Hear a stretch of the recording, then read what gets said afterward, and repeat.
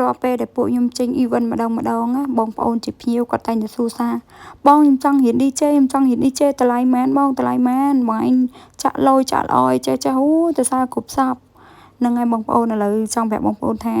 ដោយសាររដូវខែភ្លៀងចិត្តមកដល់ហើយអញ្ចឹងពួកយើងចាប់ផ្ដើមទទួលបរិញ្ញាសិស្សវគ្គថ្មីបងប្អូនអញ្ចឹងអ្នកណាដែលចង់រៀនពី DJ Never DJ No More inbox មកណា inbox មកបងប្អូនទាំងអស់គ្នាអើយ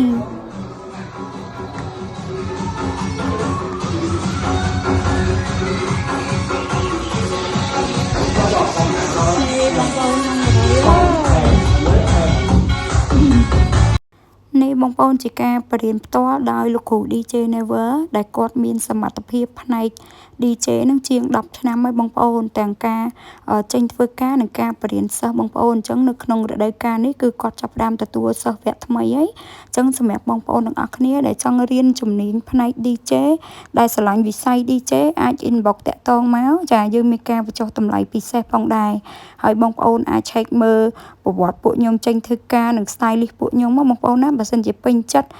នៅក្នុងការធ្វើជាកូនសិស្សរបស់ពួកខ្ញុំ inbox មកព្រោះពួកខ្ញុំក៏តែចាប់ផ្ដើមទទួលបរិញ្ញាសិស្សនៅក្នុងវគ្គថ្មីនេះដែរអញ្ចឹងអត់មានអីនិយាយទៀតទេមានតែអរគុណបងប្អូនអរគ្នាដែលបានមើលដល់ចប់អរគុណច្រើនបាយបាយ